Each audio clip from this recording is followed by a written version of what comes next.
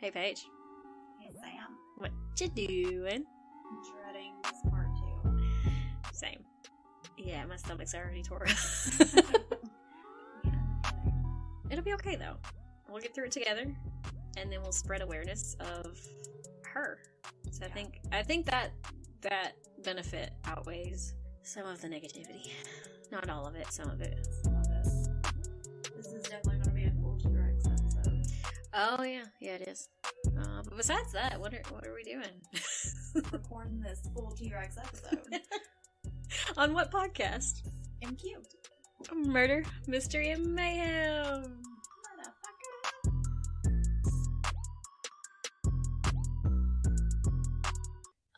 So are you gonna do any extra stuff before we get into this full T-Rex bullshit? Yeah, I got a question for you. Okay. So you're driving. Uh-huh. There is a grandpa on the right in front of your car, and there is a toddler on the left in front of your car. Uh-huh. What do you hit? The tree. No, that's not an option. If I'm in a car, I could just hard right. Just like right into the tree. There is a grandpa. There is a toddler. This works better if it's on the train tracks. What do you hit? There's no good answer. There is. Where's the toddler's mother? Listen, I need to have a talk with the toddler's mother, okay? What do you hit? I don't know. Probably grandpa, because he's lived a long life. Let the toddler live longer. Why wouldn't you just hit the brakes? You didn't tell me I had brakes. I said what? I didn't say who. You did say tree, though. I did say tree. I did. But yeah, you're supposed to hit the brakes. Damn. Well, I mean, you said if you're giving me two options, and the two, I think I would feel worse about hitting the toddler. Yeah. That sounds terrible. I wonder what that says about me. So you'd rather hit the grandpa? Yeah. Awesome. Do you remember that show, Dinosaur? Mm-hmm. Where they would just throw the old... Oh, yeah, we've talked about this. Yeah, right. We have. It's great. It's good stuff. Yeah. So. No, I need to know what that says about me now. I don't know, maybe it's my lack of grandpas that created that scenario for me. No, I mean, you said it. They've lived a long life. Didn't say it was good or bad. A long one. Or maybe they're a young grandpa. You didn't specify the age. So if, given that question, which would you choose if you were me? To hit the brakes. I mean, if you didn't think that the brakes were an option. Because it wasn't expressly discussed prior to the answer. Throw that bitch in reverse. The whole engine just falls out. I guess that's one way to do it. Or it'll turn it sideways and you'll still keep going and hit both of them. That's what somebody said in the comments, so I got that off of TikTok. And somebody in the comments said, no, you just pull that e-brake and drift it and get both. Get both the points. That is perfect. Oh my god. I don't know, did y'all ever play that game where we did whenever we were in high school anyways, where you shout out how many points it would be if you hit somebody on the side of the road? No. So it would be like, 10 points for a small person and more for an older person or a bigger person. Yeah, no, we were bad kids. No, you just had a real dark sense of humor. Yes. That's all. Animals too. No, it's bad. No, I never did that. That's fun. Well, that got awkward. Are we just jumping into this bitch today? Yes. This is part 2 of a multi-parter. So if you want to know the background of Dave Knotek, who is the primary focus, I guess, on this series, because she's a terrible ass person.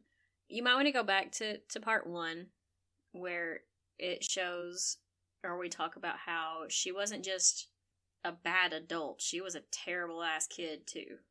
Real quick recap. I'm going to try to hit all the points without screwing anything up too bad. Shelly Knotek, the person that we're going to be focused on, her father was Les. His first wife, which is Shelly's mother, was Sharon. They had 3 children together. Honestly, the other 2 don't really come into play at all for the rest of the story. It's just one of her brother's sons ends up living with her. Then, some point shortly after the 3rd child was born, Les and Sharon got a divorce. He ended up with Shelly's stepmother, which is Laura, and honestly, Laura is a saint. She is. She did the best she could with what she had. And there was not a whole lot. And this was back in the 60s, 70s. So after Sharon died, all 3 children ended up living with Les and Laura, but the 2 older ones had been living with him for quite a while before the 3rd one ended up living there. Shelly was always the leader of the pack, I'm going to say, because she was more manipulative and just strong-willed, I'll say. And liked to put glass in shoes. Yeah, I was getting there. The middle brother, he would not speak unless Shelly essentially gave him permission to, or told him what to say. And then the 3rd one, I think his name was Paul, he was feral. He was just out there living essentially on his own. That was terrible. So when he went to live with Les, or when they all 3 were living at Les and Laura's house, when Shelly did not get her way, she would retaliate in various ways against her siblings and her mother, or her father and stepmother.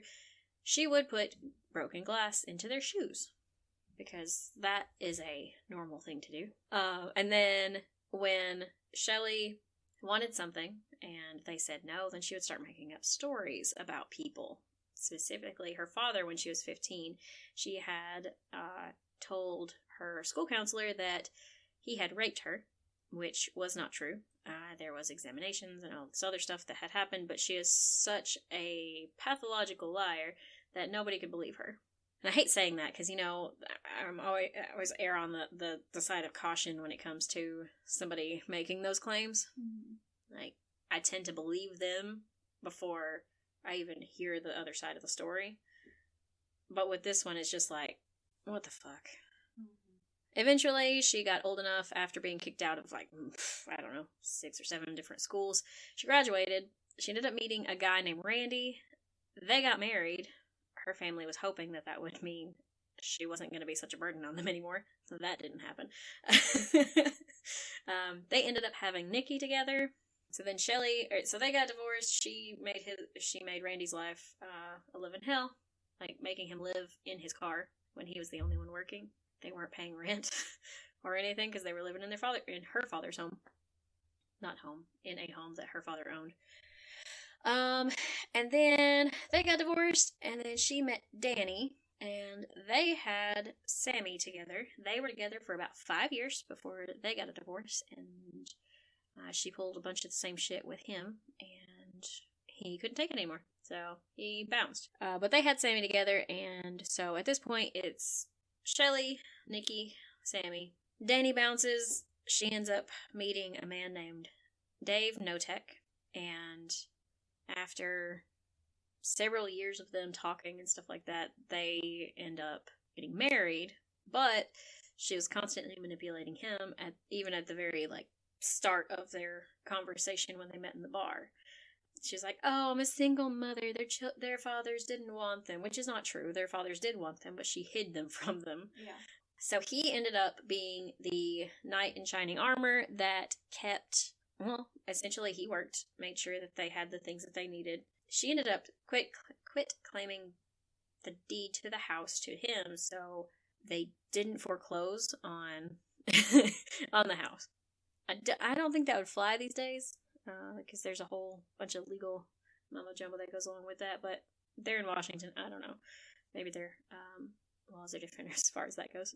Here, you can't do that if you're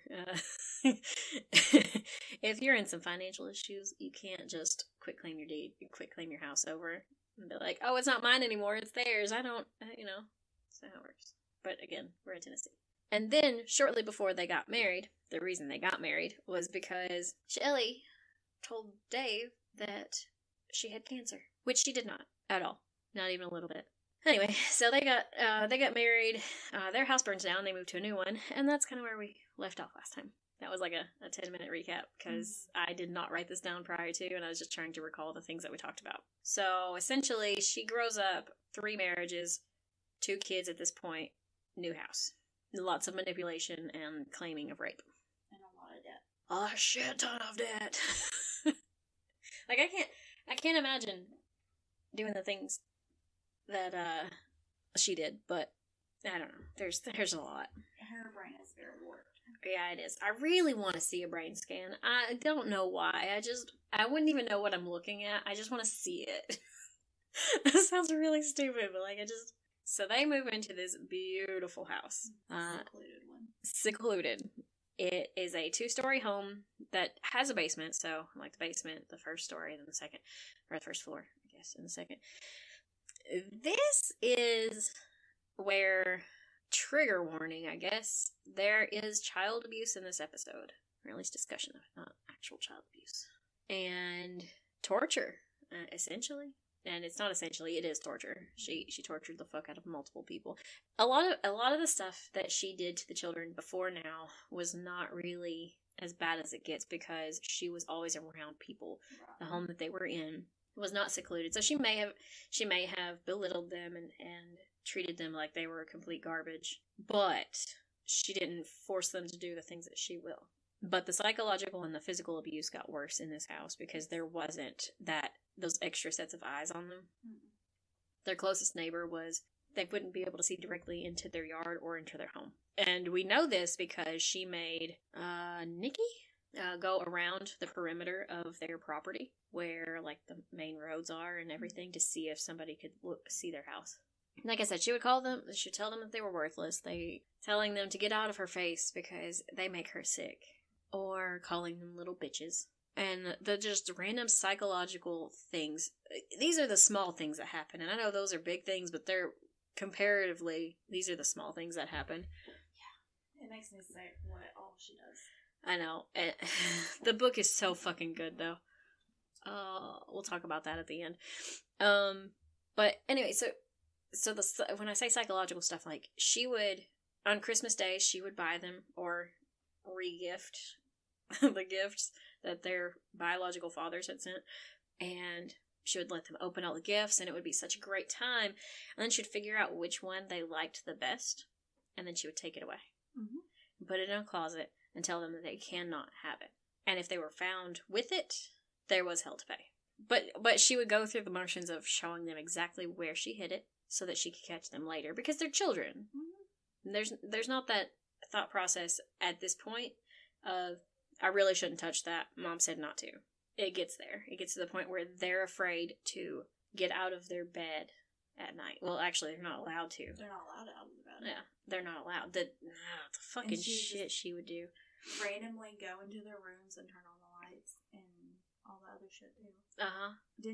Wouldn't she like yell at the top of her lungs too? Oh, there's like, dead asleep? There's that. But at first it was little stuff. It's flooding back to me. No, it's fucking... The more you talk about it floods back to me, and it's just a fucking nightmare. No, it's fine, because I'm having a hard time verbalizing it. I have a bunch of shit written down, but there's...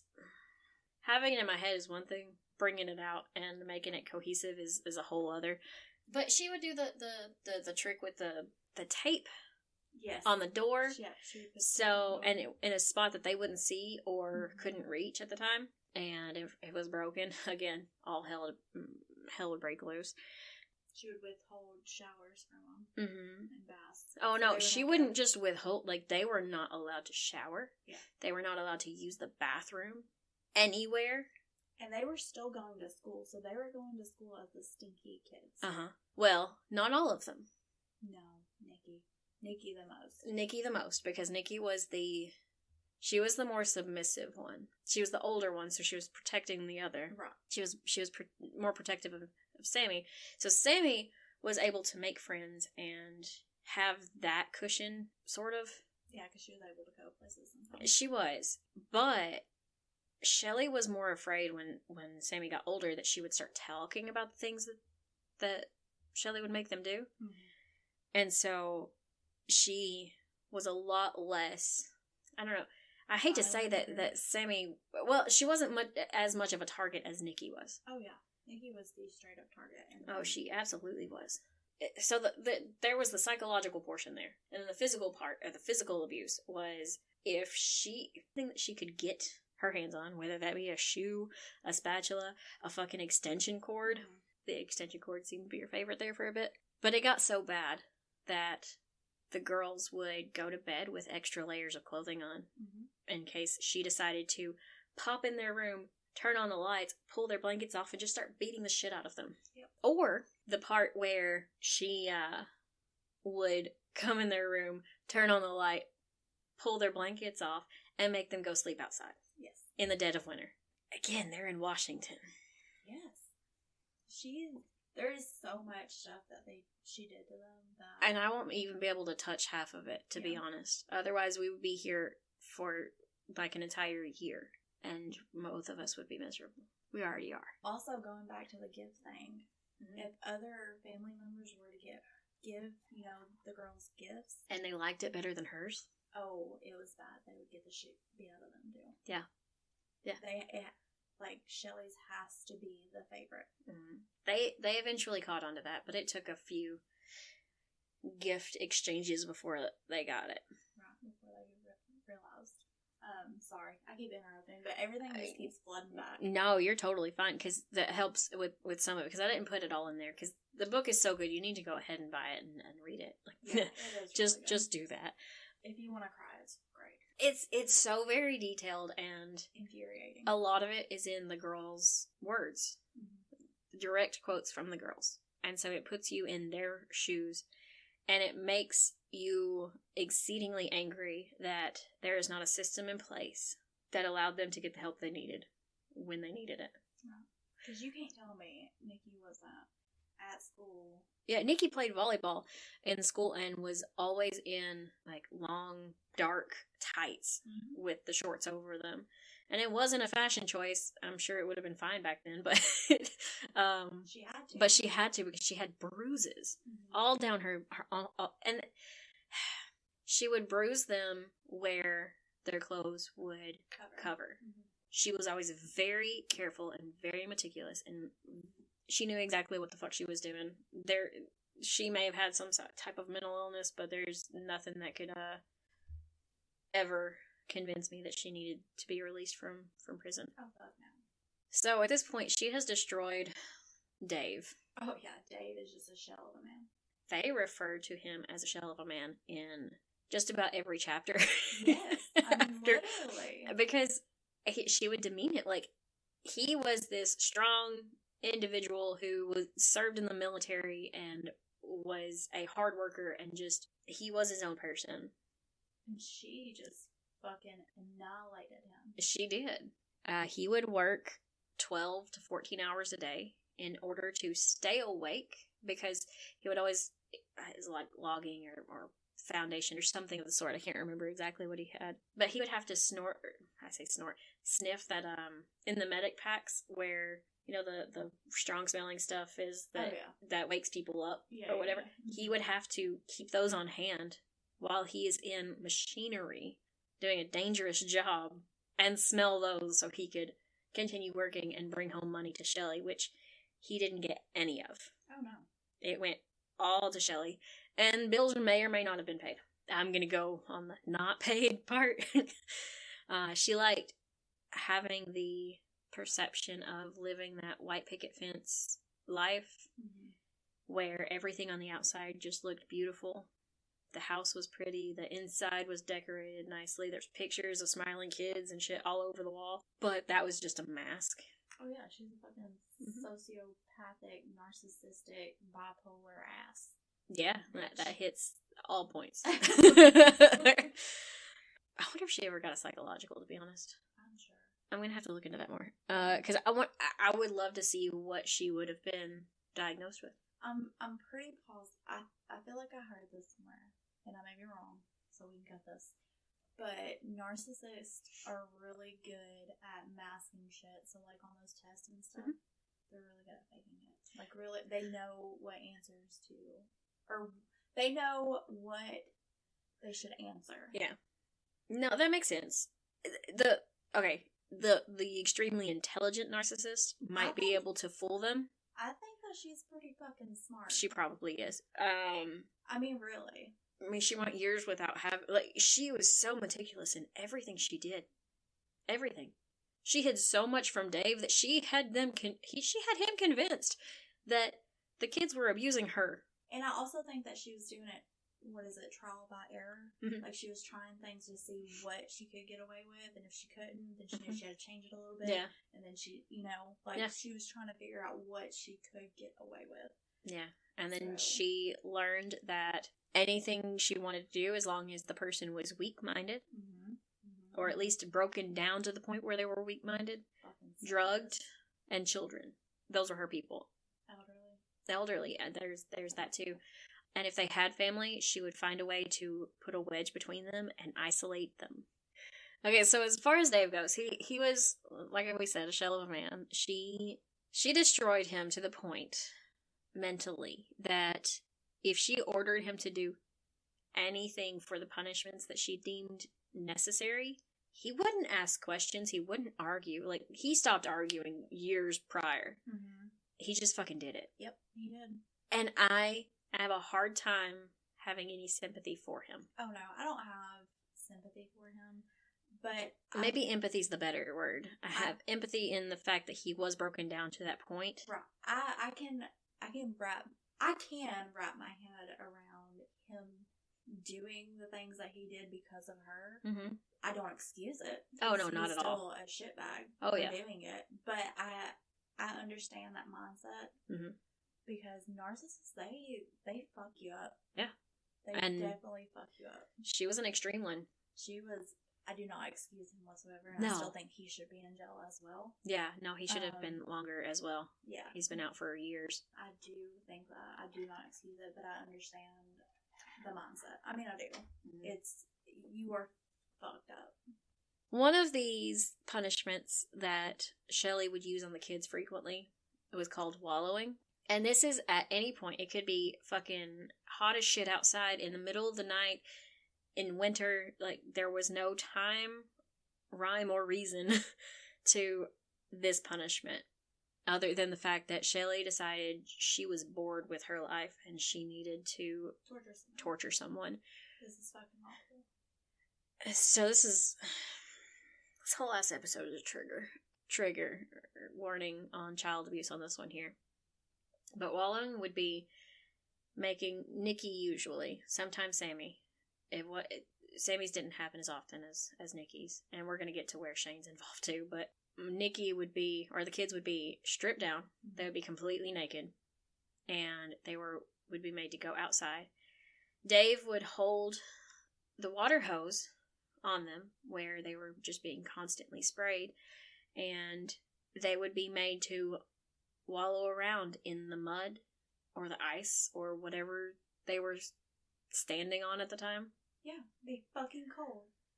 Whatever, be fucking freezing. Because she said they were filthy like pigs and they needed, she was going to make them act that way. This is how they were given showers sometimes. Mm-hmm. It's like, I don't know how they survived. Because I'm not kidding when I say, like, in the dead of winter, at night, and she loved doing it in the middle of the night. It was, like, her favorite thing. Also, she had this penchant for removing their clothes for punishments. Yeah, she loved nudity. They said not in a sexual way. It was just, I don't know. It was a power way. It's her form of power over them. She could make them get undressed, and she could make them do whatever the hell it was that she wanted. She wanted them to walk around on the floor. They did it. Mm-hmm. She wanted them to do jumping jacks for hours. They fucking did it. Yeah. Or sleep on the floor. Or sleep on the fucking floor. She loved taking things that would be so, in my house, I talk about rights and privileges. Mm-hmm. Like, my kids have a right to a bed. They have a right to food. They have a right to the necessities of life, essentially. And then the privileges are like the phones and the tablets and the whatever. All of that shit. Those rights or needs, she would take it away. She wouldn't feed them properly. She withheld food. She withheld showers. She withheld the toilet. And I do mean she withheld the toilet. Yes. They were not allowed to sneak out at all. And what's worse is she didn't only do this to her children. She did this to other people and other people's children. But there's so much more that she did to them. Oh yeah, so much more. Oh, yeah. And I'm not kidding. We could make an entire year-long podcast about all the things that she did to these children, and to Dave, and to Shane, everyone else. But take a step back from that for a second. Laura, Grandma, she was still she tried to be involved, and I wish that the kids felt that they could go to her, because I think she would have done something. But she didn't know how bad it was. Yeah. But Shelly was so fucking controlling that whenever Laura would come, she would stay in Nikki's bedroom. Mm-hmm. And she was like, well, that's weird. Why are the windows nailed shut? Mm. Why is there a lock on the outside of the bedroom? I'm not sure why these things didn't, trigger something. But it didn't. Or it was explained away by Shelly. Oh, that was like that when we got the house. I didn't do those. And then she would change the subject, or the way she dealt with Laura was she would essentially go on a monologue of how everyone else did wrong. Mm-hmm. And then she tried the poor pitiful me thing, and then Laura eventually started standing up to her like, no, you're full of shit. And then Shelly would, explode. That's how their conversations go. Yeah. She would ask the girls like, how is it over here? Are you guys good? You got everything you need? The girls were trained. You don't say shit to anybody, and everything's great. And that's what they told them.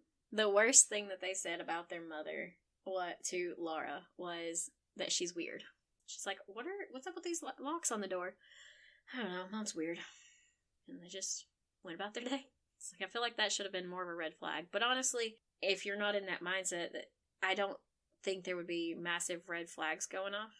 At least at that time. Because now we have so much information flowing into our homes of signs of abuse. And like, we've lived half of it, but... True. And Laura, being a mom, she probably, she knows the motherly daughter bond. Mm-hmm. Like, you love your kids. Mm-hmm. And Shelly put on an act. Right. So, she probably had no idea that she would do that to her babies. Like, they were a part of her, And when I say she would put on, it was perfect. She was loving and doting, and she would snuggle with them, and she was the perfect mom. Yeah. She had it in her to do that. Oh, yeah. All the time. She chose not to. Oh, no. In 1988, Shelly decided to take in her youngest brother's son. His name is Shane. Shane was around 10 years old at this time, and I think Nikki was around the same age because they were really close in age. Right. Shane lived a life of neglect prior to moving into that house. It didn't seem like there was a lot of physical abuse going on with him, but at the time, by his parents. But he essentially had to take care of himself because I think his parents had issues with law enforcement and substance abuse. Well, at least that's what it seemed like. So when she decided that she was going to bring him in because I think her brother was going into prison or something for a period of time, and the mother was not going to be able to take care of him. She was the nicest person there ever was. She set him up in the spare room. She got him a big bed. She got him clothes. There was that lovely... I'm sorry. It wasn't a spare room. It was in the basement. She set him up in the basement with the big bed and the clothes and everything that you would need to spoil a child that had been neglected for years. Mm-hmm. And then that honeymoon phase ended. And he was the new target. Or co-target, yeah. Because it was always Shane and Nikki. those two were always received the brunt of every punishment, every weird little anger thing that happened with Shelly. She just zoned in on those two. So she started by making him work on chores around the house, and then it got a little bit more difficult tasks, do the things outside. Work from the time the sun is up till it goes down. Work in your underwear. And she did this to girls too. Or at least Nikki. Sammy, it's a little weird. She sometimes didn't make her go out and work, at least not until after Nikki was a little older. Yeah, they were doing yard work and yeah. She or whatever she wanted them to do. Yeah. I don't know if we've mentioned this, but she's out of prison right now. Oh yeah, we've talked about it a couple of times. Yeah, just a couple. Like we said, she should have never gotten out. According to Nikki, he tried to resist the way she was trying to force him to do things, like doing the excessive chores and things like that, and the punishments. He tried to resist. But eventually he fell in line and he did what he was told. When things weren't done to Shelly's satisfaction, she would take things out of his room, little pieces here and there. Then there was the bedding, and then the bed frame, and then his clothes, and any personal items that he brought. Like, it got to the point where he slept. I'm not even sure there was a mattress at one point. It was just whatever he could hide away and sleep on at night. Yeah, he was sleeping on the floor. And the only reason he ended up with a bed at any point after that was because Laura came for a visit, and she was like, "Oh, Shane, let me see your bedroom." Mm-hmm. And she was like, why is he down here? Why does he have nothing? Yeah, because there was an extra bedroom. Mm-hmm. There was. I think they used it as like a computer room or something like that. But, so she ended up forcing Shelly's hand and getting a bed and things like that. She ended up forcing Shane, after a while, to start sleeping on the floor. Not just in the basement, but in Nikki's closet. Mm-hmm. If she wanted to keep a closer eye on him, he would sleep in the computer room, like office area, on the floor, in the living room on the floor. Just anything that would demean him further than what he already was. So Nikki talks a lot because her and Shane were together, were really close in age, and they were bonded through all of the trauma that they endured. Oh, yeah. Trauma bonding. And they had two very different opinions of Shelly. So Nikki was her biological daughter, and she loved her mother. It didn't matter what Shelly did to her, she has that love for her. Shane's over here like, I survived on my own before, I can do it again. Oh, fuck yeah. And he tried so hard to escape so many times, but then when he did that, she would pack everybody up and she would hunt him down. And I'm talking dozens of times. Mm-hmm. She would not stop until they found him. Yeah. Just remember that part. Because that plays a huge role later. Yeah, they would be like, what, 1, 2, 3 o'clock in the morning? It didn't matter. All of them in the vehicle. It'd be pouring rain, mm-hmm. It'd be freezing, whatever. They would all be in that vehicle looking for Shane. Yeah, one of the times before, it was after Nikki got a job at one of the fast food places, I think. She had to drive Nikki to work. She left Shane there, but he had pissed her off somehow, some way, or maybe Shelly made something up. There's really no telling. So she was like, you sit in this chair and you don't move. And then she's like, Sammy, watch him. If he moves, both of you are in trouble. Sammy thought, he's not going to leave. He's not going to try to escape. She leaves. Sammy's like, this is the perfect time to go to the bathroom. She runs to the bathroom because, again, they're not allowed to use the bathroom unless she gives them express permission to do so. Right. While she's gone, Shane takes off. And they go hunt. Because it doesn't take long for Shelly to return. And Sammy's there like, I don't know where he went.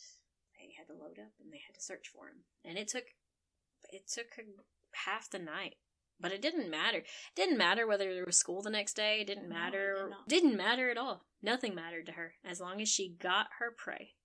I was about to say, and this is not, I know if your child goes missing, of course you're going to go out and look for them.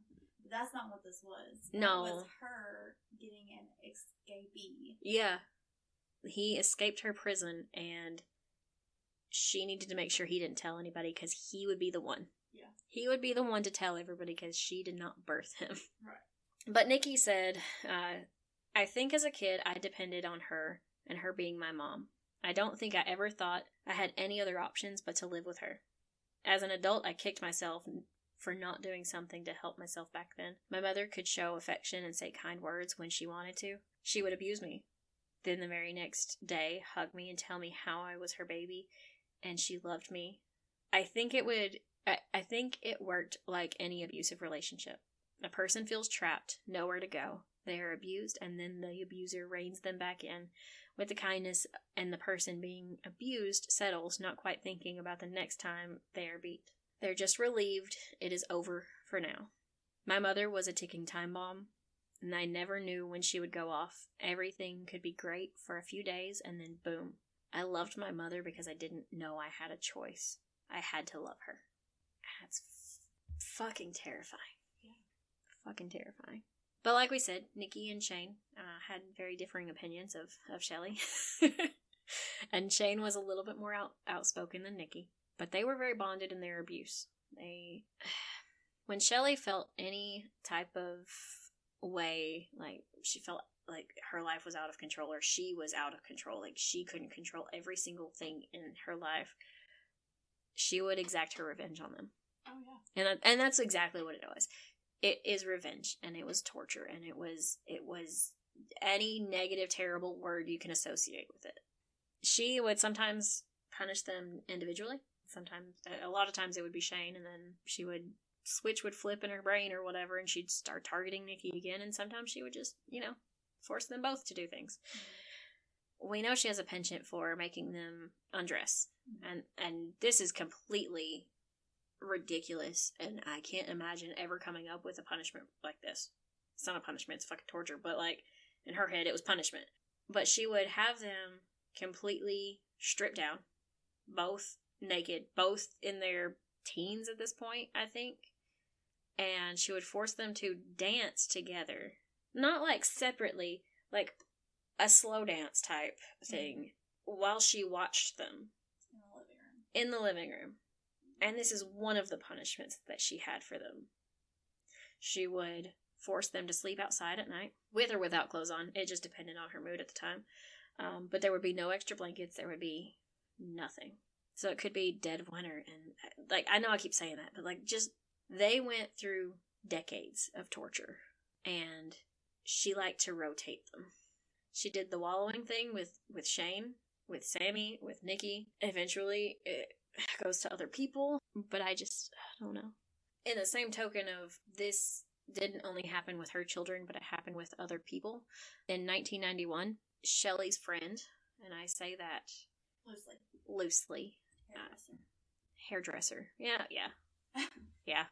She was Shelly's hairdresser, but Shelly pulled that whole, oh, I'm a sweet, innocent lady, and I just have all these kids, and I'm struggling. Oh, and by the way, I'm pregnant. And so, and then Kathy was a hairdresser, as we said. Super sweet, super gullible. She was living with her mother, and she was essentially taking care of her mother, if I'm not mistaken. Yeah, they got an argument.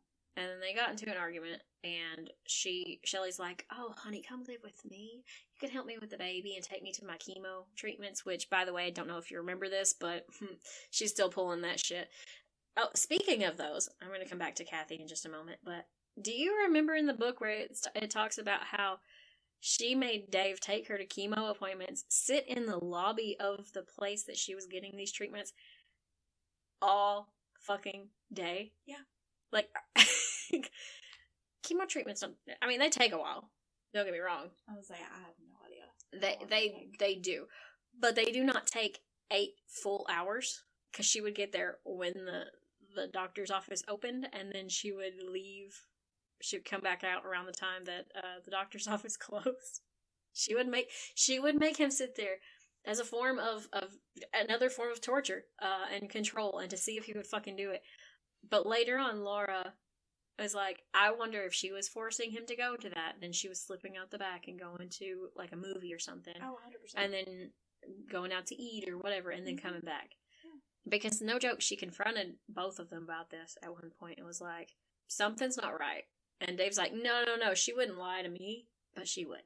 And she did. So back to Kathy Loreno. I think that's how you say her last name. If it's not, I deeply apologize, because she really was like the sweetest lady. Mm-hmm. She was in her 30s. She comes in, and she was convinced by Shelly that her children were just awful. They were abusive toward her. They were constantly talking back. She just couldn't control them. And when she first moved in, Shelly did that honeymoon period thing where she eased up on the abuse on the kids, so Kathy wouldn't see it. And then when the kids were like, God, Mom's crazy, or your mom's fucking nuts, she would get onto them. And that breaks my heart, because she didn't know. Right. And she honestly thought that these kids that Shelly needed help with the kids. So she moved in as the, I guess nanny, essentially. She was going to help with the new baby, and she was going to help with the chemo treatments, or get her to and from chemo treatment, so Dave didn't have to sit out there all day long. And then she started treating Kathy like she did with Shane. She started off with the small things, seeing if she could get them to do. She was also drugging her. Yes, I was about to say the drugs. Yeah, so she had so there was a little room between Nikki's room and Sammy's room, and that's where she put Kathy's bed. Mm-hmm. And Kathy brought all of her belongings, and she was so fucking sweet, and her and Sammy bonded, and Shelly didn't like that. She didn't like that relationship. Mm-hmm. But she had all of the things. She had her room decorated beautifully, and she had gorgeous fucking hair, and she was just, I don't know. So this is 1991. So everybody was amazed that Shelly was even having a baby to begin with, because the chemo treatments, and everybody's like, doesn't chemo just wreck your body and essentially make you not fertile? And my question about that is, when was Dave capable of doing anything? Because he was not at home most of the time. So there's that. Apparently something, because it is Dave's, right? Yeah. Tori is Dave's, but she actually is pregnant, guys. Yes, this isn't a lie, which is amazing. But Dave was so fucking excited. He was like, I've got this baby. He didn't think he was going to have his own baby. Yeah. He was taking care of the other kids, but he was like, but I get a baby. Yeah.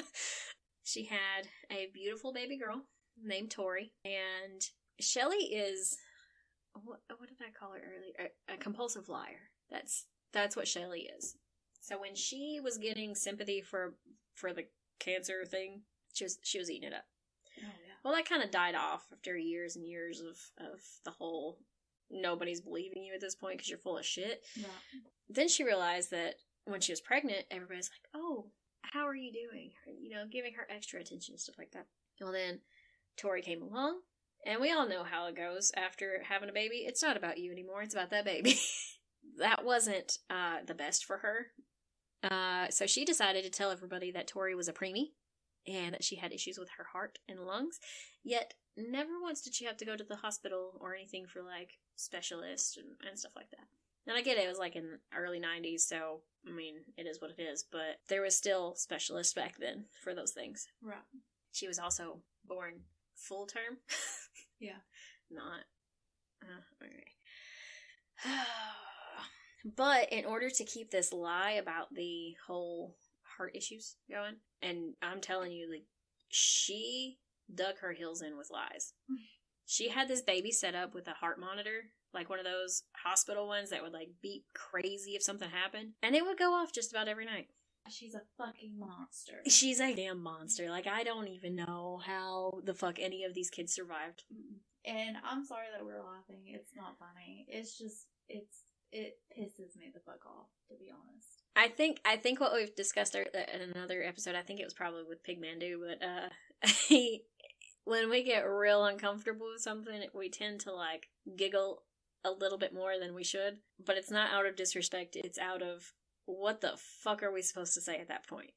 Yeah, and I mean, honestly, I've got tears in my eyes right now. She does. She's had tears since we sat down. Yeah. It's just awful. I'm gonna start crying now. I don't fucking understand. Like, so much should have been done for them. Mm-hmm. Like, so much. It's just, and she's out, and I fucking hate it. Yeah. I mean, I get it. Because I do have the bit of legal background that I do have, I do understand how it occurred, but it still pisses me off, and there should be something in place to keep people like her away from society, because she may not physically do anything to anyone again, but she will fuck somebody up mentally. She still says that she did not do fucking shit. Yeah. So if that doesn't scare the fuck out of you, nothing will, apparently. It's just, we can take a cue from the dinosaur show. They're a volcano local. Bitch. So back to that, the heart monitor and stuff. One night, Shelly and Kathy took Tori to the hospital while she was still an infant because she stopped breathing in the middle of the night. But it was okay because Shelly saved her. When they returned, Shelly had all the machinery she needed to ensure that there would be alarms if the baby was having any trouble. Like I said, trouble came just about every night. The alarms would blare and everyone would rush to check on the baby.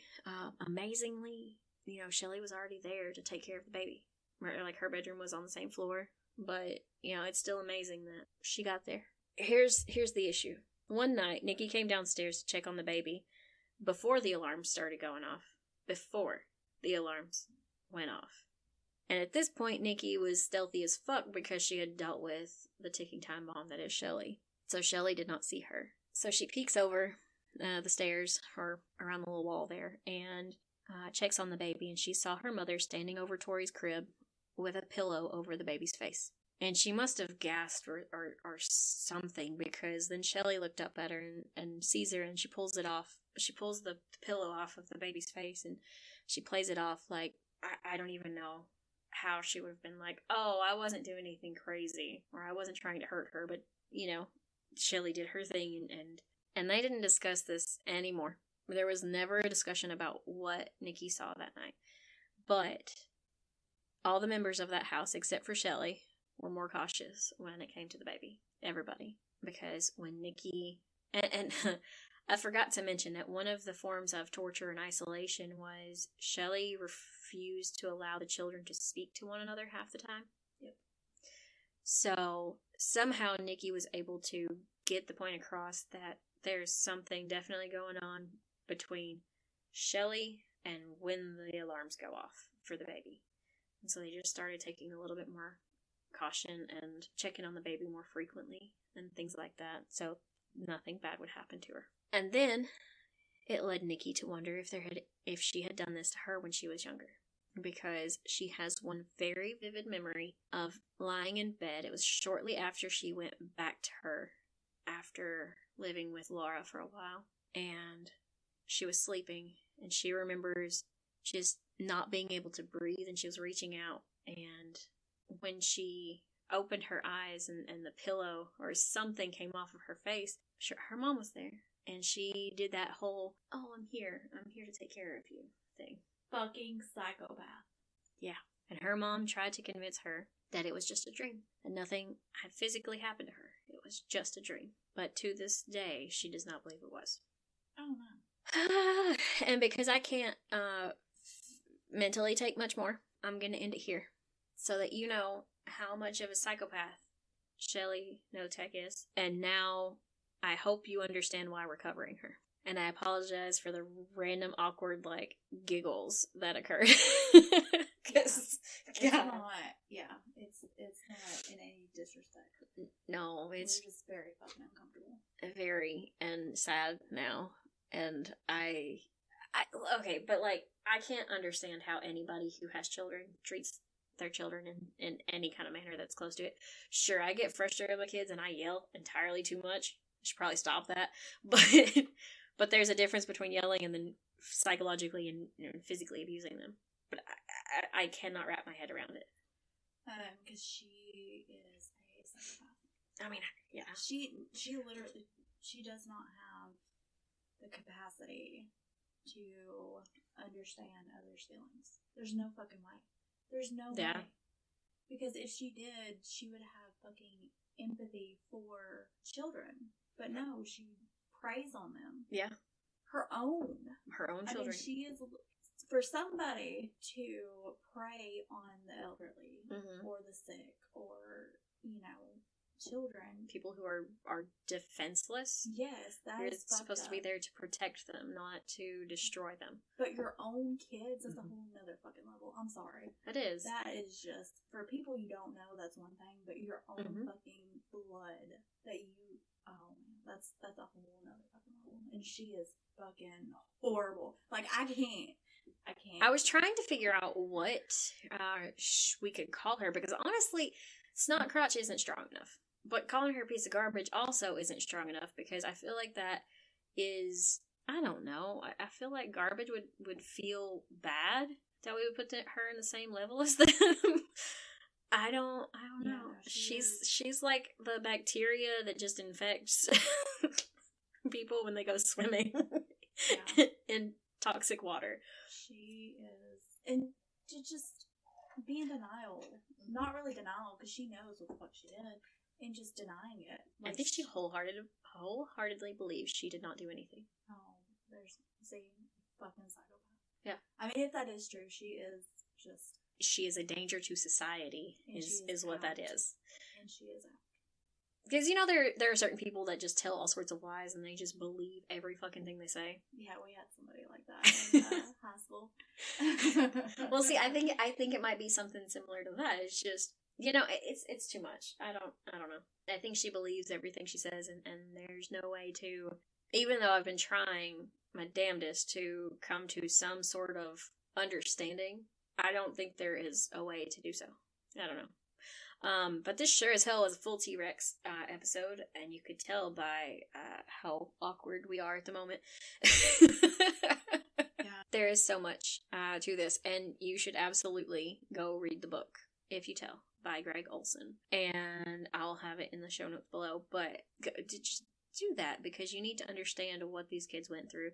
And then we all need to, as a society, collectively come together and figure out how the fuck to save kids. Because this should never happen. And it still happens. We need to come up with a way to keep it from happening. But we can take a little bit of time and try to not be full T-Rex any longer. I got you. I got some stuff that will be funny. Sweet. Bring you out of that funk. Please do. Speaking of kids. It's a terrible segue. Let's learn how people try to avoid them. Oh, yeah, okay. Let's do it. Okay. So, again, I'm using the website Audi because they're just fucking hilarious. I love them. They're amazing. ODDEE is the website. Check them out because it's fucking hilarious. Okay, birth control. That's what we're talking about. Okay. So, I'm going to talk about different types of birth control today. Please do. Enlighten me, because I need to know. Oh, you're gonna love this one. Remember how I was like throwing crocodiles at one point? Or was that alligators? Into the Wendy's? Yeah. Yeah. Okay, well, multi-purpose. Uh-huh.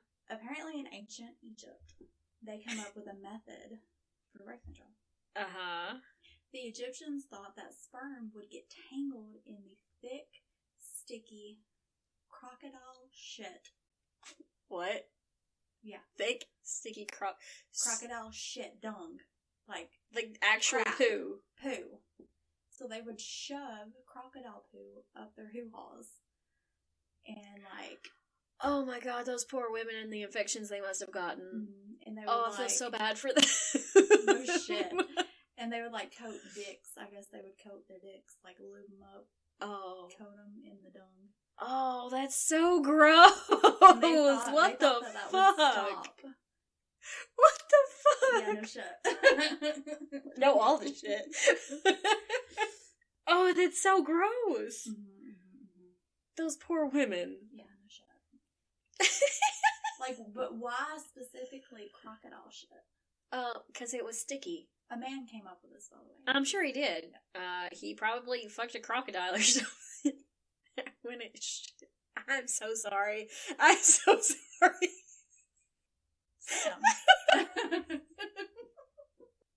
I'm so sorry.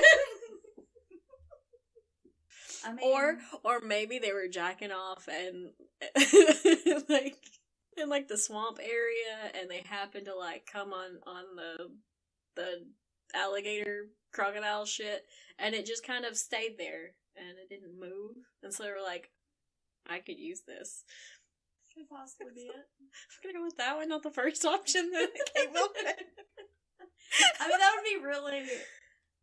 I'm just gonna move on because. Or maybe it was very absorbent. Like, everything going on in my head, we're just gonna keep going. Okay, another good one. Yes. Lemons. The fuck? I need you to expand on this. Okay. People from around the world rely on cutting a lemon in half and shoving it up a woman's vagina. So it's like a diaphragm. So it just blocks the cervix. Mm-hmm, mm-hmm. It was the right fit. That would.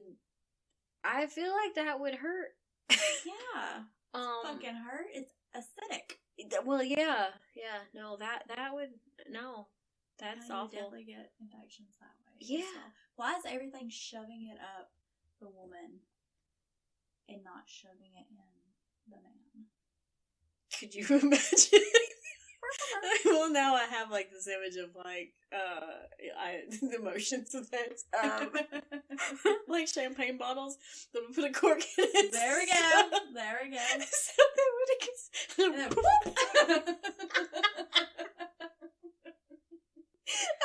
Just saying. No. Oh my god! Women, no, that's awful. That hurt because of that. Lemon juice is actually a mild spermicide. Okay. I don't know. No. You wouldn't shove a lemon up your vagina? No. Oh, darn. Okay. Oh, darn. That sounds terrible. I have more. Okay. Keep going. I just love the way they word shit. So, conceiving a baby generally requires a pair of balls somewhere along the chain of events. Yeah, that's... Mm-hmm. Yeah. Well, apparently, way back when in China, they thought that animal testicles might have some power to stop pregnancy. In what fashion? So, how the testicles were used depends on the time period and location.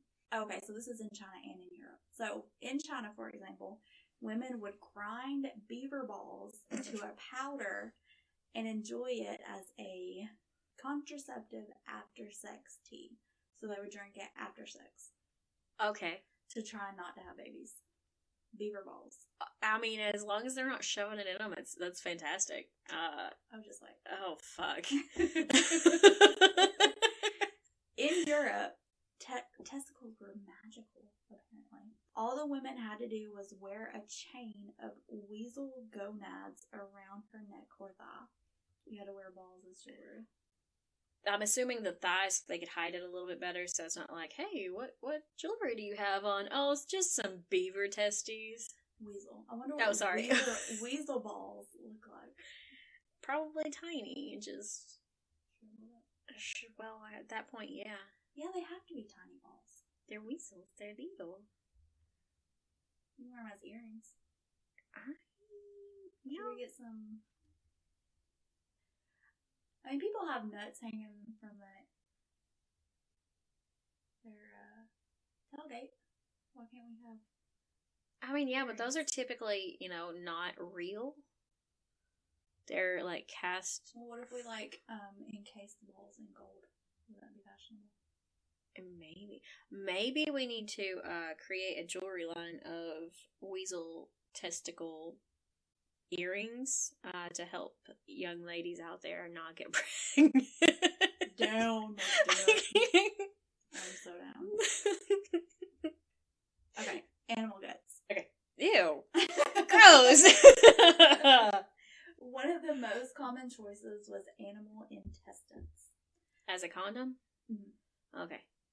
So apparently they would soak the guts in warm water or milk first. That's weird. I mean, I guess the worm... no. Nope. So you know, like the sausage, like how you make sausage? Like yeah, I know, and that's the problem that I'm having. Because they're putting their sausage into intestines. And,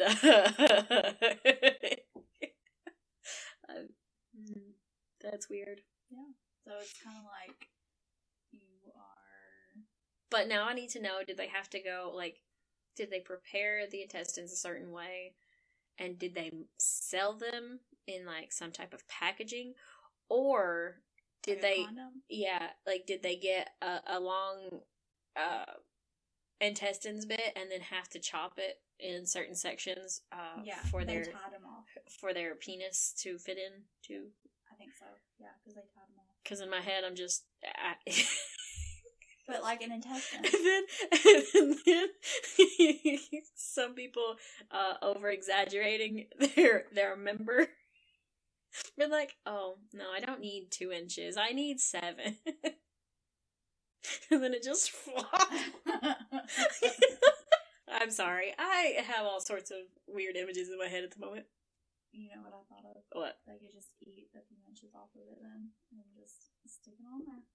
Ew. Ew.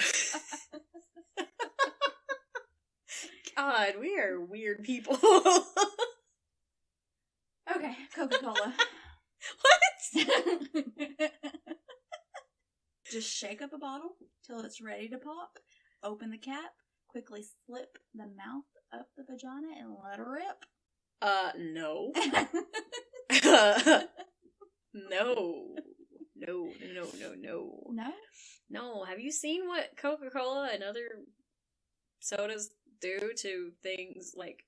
Yeah, that's what they would do to sperm. They kill the sperm. Yeah, but imagine what it's doing to the vagina. If it's doing... No. You just douche with the Coke.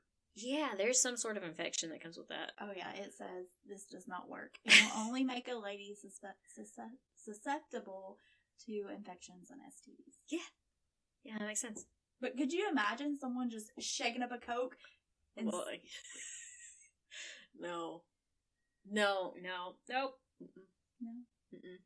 Nope. I don't understand. I got a couple more.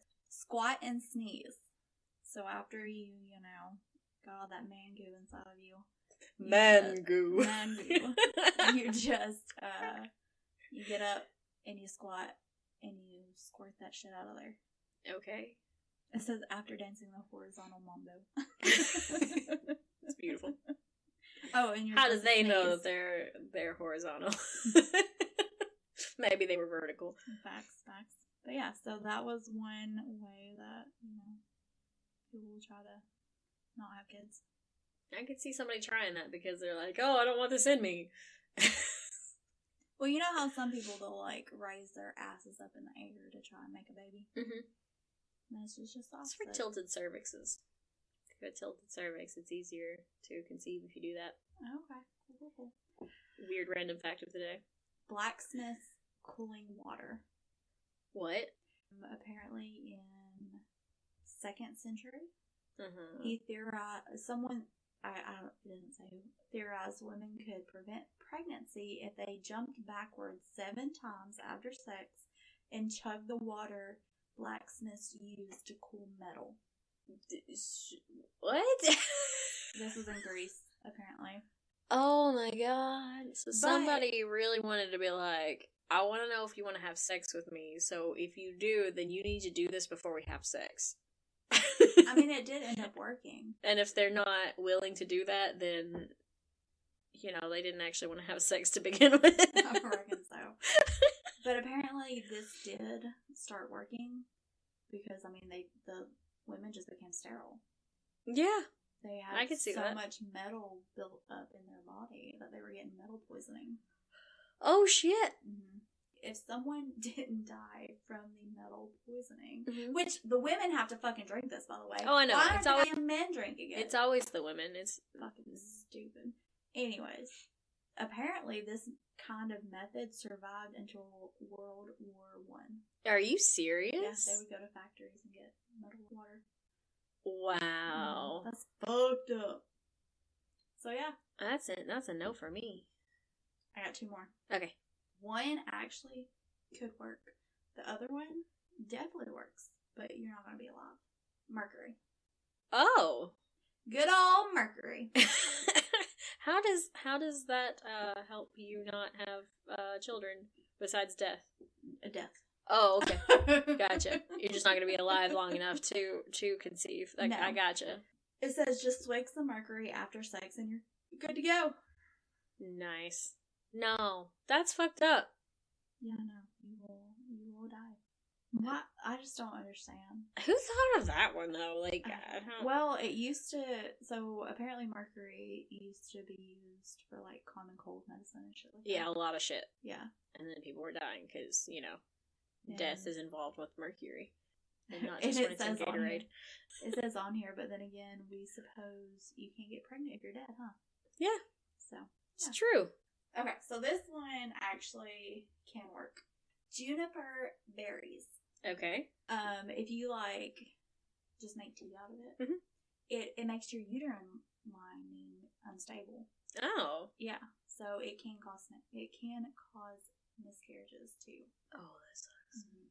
But I mean, if you consume, and this isn't like just 1 cup. Yeah. Like you gotta consume a regular. A lot of it. Yeah. But apparently, fucks with your lining. But apparently, yeah, if you drink juniper berries, tea, whatever, then you could not get pregnant. Good to know. Or miscarriage, really, is what it would be. It just makes it unstable, so an embryo can't grow. Attach. Yeah. Stay there.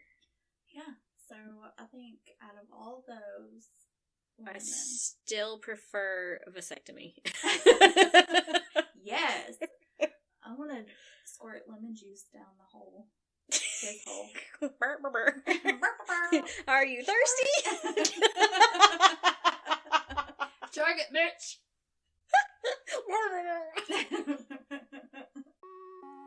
Alright.